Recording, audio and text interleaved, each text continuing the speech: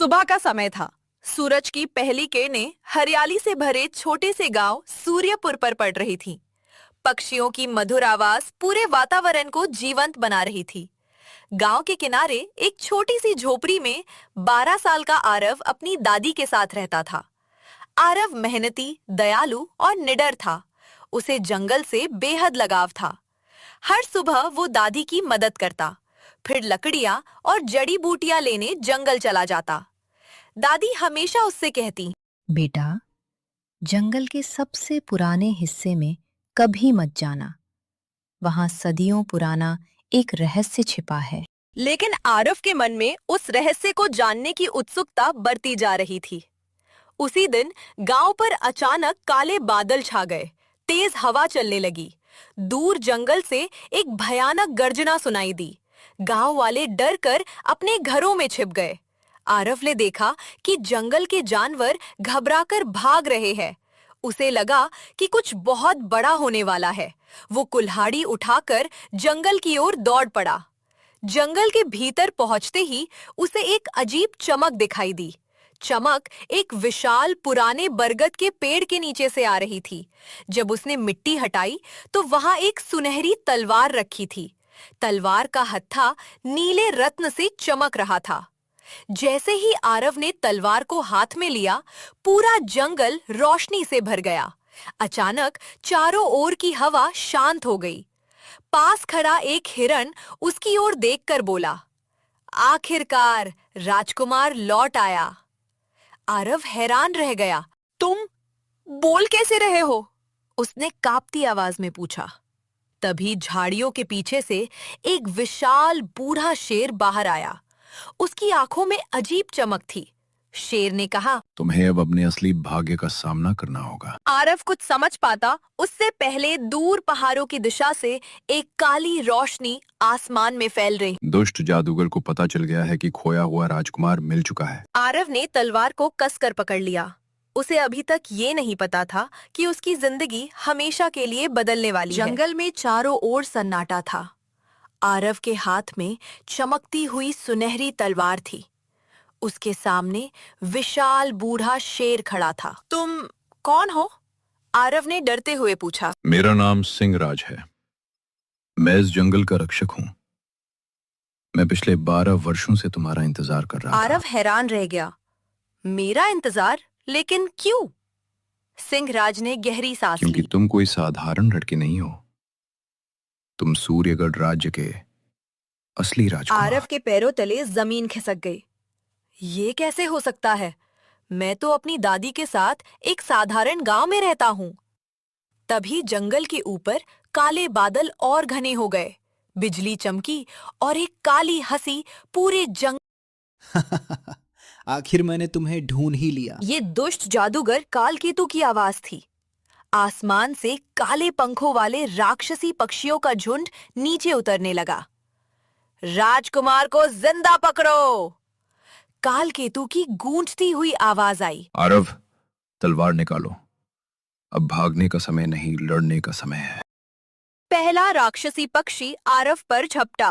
आरव ने डरते हुए तलवार घुमाई। तलवार से सुनहरी रोशनी निकली और राक्षसी पक्षी हवा में ही गायब हो गया। आरव खुद भी चौंक गया। ये तलवार तुम्हें पहचानती है, सिंहराज बोला। लेकिन तभी 10 और राक्षसी पक्षी आ गए। लड़ाई शुरू हो गई।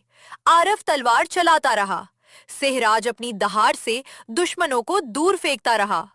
उसी समय पेड़ों से एक छोटा सा बंदर छलांग लगाकर आया। अरे, अकेले अकेले लड़ाई, मुझे भी बुला लेते। उसका नाम था मोंटू। मोंटू ने पेड़ों से फल तोड़ तोड़ कर राक्षसों पर फेंकना शुरू कर दिया। कुछ ही देर में जंगल हंसी और लड़ाई से भर गया। तभी एक तीर हवा को चीरता हुआ आया और एक राक्षसी पक्षी को गिरा दिया। पेड़ के पीछे से एक बहादुर लड़की बाहर आई। मेरा नाम तारा है, मैं भी कालकेतु को हराना चाहती हूँ। अब आरव अकेला नहीं था। सिंहराज ने राज्य कहा, को बचाने के लिए तुम्हें 7 जादुई रत्न खोजने होंगे। पहला रत्न प्रतिध्वनि की गुफा में छिपा है। उसी समय जमीन जोर से कांपी। दूर पहाड़ों की दिशा में एक विशाल पत्थर का राक्षस जाग उठा। सिहराज बोला। वो पहला पहरेदार है और वो हमारी ओर आ रहा है। आरव ने तलवार कसकर पकड़ ली। उसकी असली यात्रा अब शुरू हो चुकी थी। सुबह की हल्की धूप जंगल के घने पेड़ों के बीच से छनकर जमीन पर पड़ रही थी, लेकिन जंगल में अजीब सी खामोशी थी। अचानक धरती जोर जोर से कांपने लगी। धड़ाम, धड़ाम, धड़ाम। आरव, तारा, मोंटू और सिंहराज ने सामने देखा। पहाड़ जितना विशाल पत्थर का राक्षस उनकी ओर बढ़ रहा था। उसकी आंखें लाल अंगारों की तरह चमक रही थी। भागो! सिंहराज गर्जा। चारों तेजी से जंगल के अंदर दौड़ पड़े। राक्षस रास्ते में आने वाले बड़े बड़े पेड़ों को खिलौनों की तरह तोड़ता हुआ उनके पीछे दौड़ रहा था। मोंटू एक पेड़ से दूसरे पेड़ पर छलांग लगाकर बोला, अगर ये थोड़ा और बड़ा होता तो बादलों से टकरा जाता।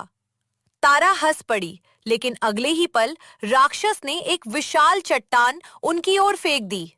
आरव ने अपनी जादुई तलवार निकाली। तलवार से सुनहरी रोशनी निकली और चट्टान हवा में ही टूटकर बिखर राक्षस गई। की ताकत उसके सीने में जड़े नीले क्रिस्टल में है। उसे तोड़ना होगा। लेकिन राक्षस इतना ऊंचा था कि वहां तक पहुंचना आसान नहीं था। तभी मोंटू ने एक योजना बनाई। मैं इसका ध्यान भटकाता हूँ। वो राक्षस के कंधे पर कूद गया और उसकी नाक खींचने लगा। राक्षस गुस्से से दहाड़ा और मोंटू को पकड़ने की कोशिश करने लगा। इसी मौके का फायदा उठाकर तारा ने अपनी रस्सी एक ऊंची चट्टान पर फेंकी। आरव रस्सी के सहारे ऊपर चढ़ा और पूरी ताकत से छलांग लगा दी। ये वार मेरे राज्य के लिए। उसने तलवार सीधे राक्षस के सीने में जड़े नीले क्रिस्टल पर दे मारी। धम! क्रिस्टल हजारों टुकड़ों में टूट गया। राक्षस धीरे धीरे पत्थर की मूर्ति बन गया और फिर धूल में बदलकर बिखर गया। उसी समय जंगल के बीच एक पुराना पत्थर का दरवाजा अपने आप खुल गया। सिहराज मुस्कुराया। यही है प्रतिध्वनि की गुफा। पहला जादुई रत्न यही छिपा है। चारों गुफा के अंदर पहुंचे। दीवारों पर चमकते हुए प्राचीन चित्र बने थे। अचानक गुफा में एक रहस्यमयी आवाज गूंजी। जो सत्य से नहीं डरता, वही पहला रत्न पा सकता है। अचानक गुफा का रास्ता 3 हिस्सों में बंट गया। कौन सा रास्ता सही था? आरव ने गहरी सांस ली और पहला कदम आगे बढ़ाया। उसे नहीं पता था कि अगली चुनौती उसकी बहादुरी नहीं, बल्कि उसकी बुद्धिमानी की परीक्षा लेने वाली थी। गुफा के अंदर अंधेरा था। दीवारों पर नीली रोशनी वाले क्रिस्टल चमक रहे थे। हर कदम के साथ आवाज गूंज रही थी। टप टप टप। आरव, तारा, मोंटू और सिंहराज धीरे धीरे आगे बढ़े। अचानक उनके सामने 3 रास्ते खुल गए। तभी गुफा में एक रहस्यमयी आवाज गूंजी। सिर्फ वही आगे बढ़ेगा जो डर नहीं, बुद्धि से फैसला करेगा। मोंटू बोला। मैं बीच वाला रास्ता चुनता हूँ। बीच वाला हमेशा सही होता है। जैसे ही वो आगे बढ़ा, जमीन टूट गई। बचाओ! मोंटू चिल्लाया।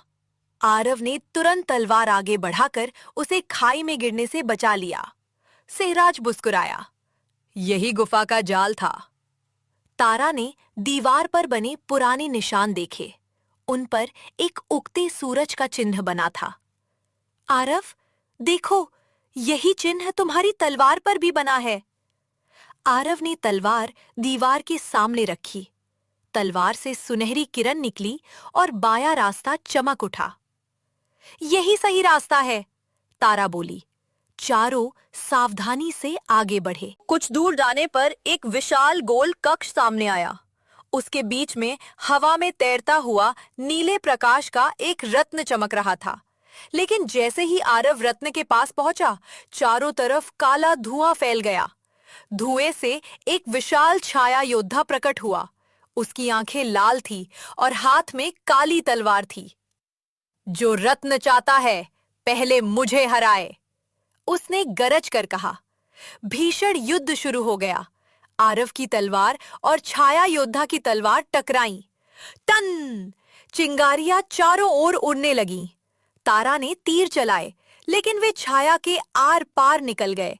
सिंहराज ने दहाड़ लगाई, पर छाया फिर से बन गई। आरव समझ गया कि ताकत से ये नहीं जीता जा सकता।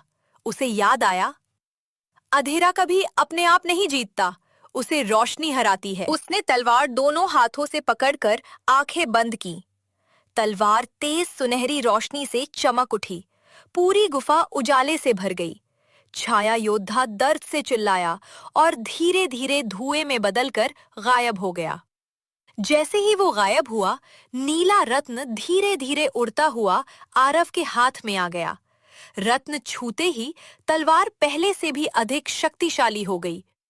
तभी गुफा की दीवार पर एक जादुई नक्शा उभर आया। सिंहराज ने कहा,